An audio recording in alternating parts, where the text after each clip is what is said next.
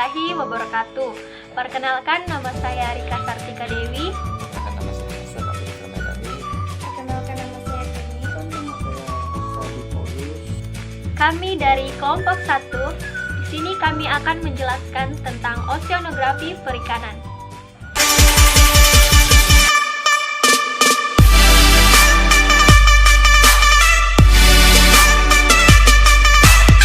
Pertama yaitu definisi oceanografi. Oceanografi berasal dari bahasa Yunani yaitu oceanos yang berarti laut dan graphos yang berarti gambaran atau deskripsi. Sehingga oceanografi dapat diartikan sebagai suatu ilmu yang mempelajari segala aspek dari samudra dan lautan. Oceanografi juga dapat diartikan sebagai ilmu yang mempelajari fisis dan dinamis air laut yang dapat diaplikasikan ke bidang-bidang lainnya seperti rekayasa lingkungan, perikanan, bencana laut, mitigasi, atau pengolahan dan pencegahan. Definisi oceanografi juga dikemukakan oleh beberapa ilmuwan yang berpendapat. Yang pertama yaitu Van Tekau. Menurut Van Tekau, oceanografi lebih menekankan pada hal-hal yang berkaitan dengan deskripsi laut. Dia berpendapat bahwa secara keseluruhan studi tentang kelautan lebih tepat disebut oceanologi. Yang kedua yaitu menurut Supangat dan Susana tahun 2000. Menurut mereka, kata oceanografi berasal dari dua suku kata Yunani. Yang pertama yaitu oceanos yang berarti samudra dan graphos yang berarti uraian atau deskripsi. Sehingga oceanografi mempunyai arti deskripsi tentang samudra. Selanjutnya saya akan membahas tentang apa pentingnya oceanografi. Oceanografi merupakan ilmu yang mengkaji tentang sifat fisik dan non-fisik kelautan. Sebagai negara maritim yang memiliki laut lebih luas daripada daratan, ilmu oceanografi sangat penting, apalagi dalam mengkaji potensi yang terdapat di dalam laut tersebut. Belum banyak orang mengetahui betapa pentingnya oceanografi di dalam setiap kegiatan manusia yang berhubungan dengan kelautan, baik berupa kegiatan penangkapan ikan, pengoboran minyak, maupun kegiatan lainnya di pantai seperti pembangunan pelabuhan, pembangunan tempat rekreasi, ataupun kegiatan perikanan di pantai seperti pertambakan. Pentingnya mempelajari oceanografi yang pertama itu pada penangkapan ikan misalnya. Dalam mempelajari oceanografi, kita tidak terlepas dari yang namanya suhu dan salinitas atau kadar garam air laut. Pengetahuan yang mendalam mengenai suhu dan salinitas merupakan salah satu modal pokok untuk mempelajari segi-segi lain yang terdapat di laut, seperti misalnya penangkapan ikan tuna di Indonesia, terutama yang hanya terdapat di Laut Banda dan tidak terdapat di Laut Jawa. Kemudian keselamatan pelayaran. Pada oceanografi dipelajari mengenai arus laut. Mengapa bisa terjadi perubahan arus laut? Perubahan pola arus laut pada suatu perairan sangat penting diketahui karena sangat erat hubungannya dengan keselamatan kapal-kapal, terutama kapal-kapal yang hanya digerakkan dengan angin. Kemudian pendangkalan pantai. Pengetahuan arus bukan hanya untuk pelayaran saja, tetapi juga bidang-bidang lain seperti proses pendangkalan atau erosi di dasar laut. Air laut, terutama di pantai, akan mendangkal suatu perairan dengan membawa partikel-partikel ke tempat tersebut dan keadaan sebaliknya dapat terjadi. Keadaan ini penting diketahui di dalam jangka waktu yang lama. Kemudian pelabuhan, pasang surut sangat penting diketahui oleh nahkoda kapal agar perahunya tidak kandas ketika melayari daerah-daerah laut antar pulau yang dangkal. Penguasa pelabuhan harus mengetahui pula keadaan pasang surut pelabuhannya yang menjadi tanggung jawabnya sehingga ia dapat mengatur kapan saatnya kapal-kapal besar dapat masuk dan keluar pelabuhan agar tidak kandas. Kemudian dalam pengeboran minyak lepas pantai.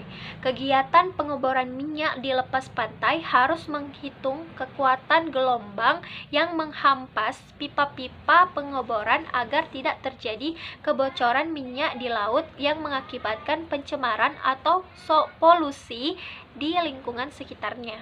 Peranan oceanografi. Oceanografi itu sendiri berperan untuk menentukan batas-batas perairan laut dari suatu negara dan juga untuk menentukan tempat yang tepat untuk meletakkan armada pertahanan laut untuk menjaga keamanan perairan laut itu sendiri dari kerusakan maupun pencemaran yang dilakukan oleh aktivitas manusia sehari-hari yang ada di perairan laut. Dan juga oceanografi biasa digunakan untuk memprediksi kejadian-kejadian bencana alam yang akan terjadi di perairan laut. Kemudian ada juga peranan dinamika oceanografi dalam pengolahan sumber daya perikanan di Indonesia. Dinamika oceanografi di Indonesia sendiri seperti arus front eddy terkait dengan shear velocity dan penjalaran gelombang Rossby, kedalaman termoklin, serta upwelling berdampak pada kesuburan perairan dan selanjutnya mempengaruhi pola migrasi, daerah pemijahan, dan kelimpahan ikan pelagis.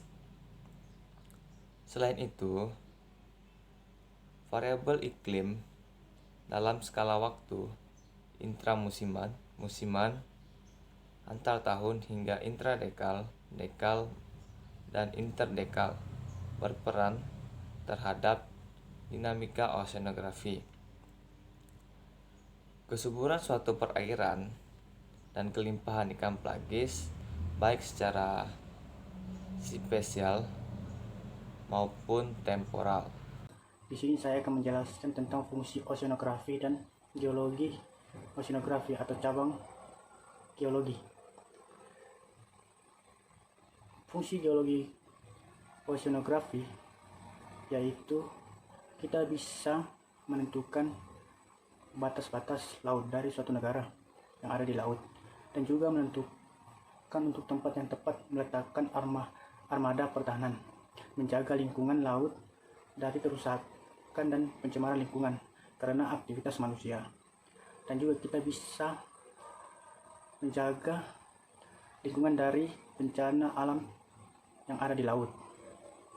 Manfaatnya itu untuk memahami perilaku laut meningkat. Sebagian besar kota di Indonesia terletak di tepi pantai, bahkan kecenderungan pengembangan water city. Kedua, untuk mengetahui daerah umbal maupun surutan. Ketiga itu ada untuk mengetahui daerah pensebaran terumbu karang dan mangrove. Keempat ada untuk mengetahui pola kecenderungan pantai yang mengalami akrasi dan erosi. Kelima itu ada untuk memahami peranan laut sebagai perangkat kesatuan bangsa Indonesia. Oceanografi fisika. Oceanografi ini mempelajari hubungan antara sifat-sifat fisika yang terjadi dalam lautan sendiri dan yang terjadi dalam lautan sendiri dan terjadi antara lautan dengan atmosfer dan daratan. Hal ini termasuk kejadian-kejadian pokok seperti terjadinya tenaga pembangkit, pasang dan gelombang, iklim dan sistem arus-arus yang terdapat di lautan dunia. Dan adapun oceanografi biologi.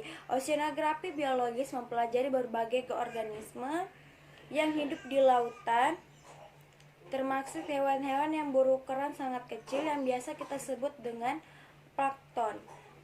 Ada juga hewan yang berukuran sangat besar dan tumbuh-tumbuhan yang oceanografi kimia.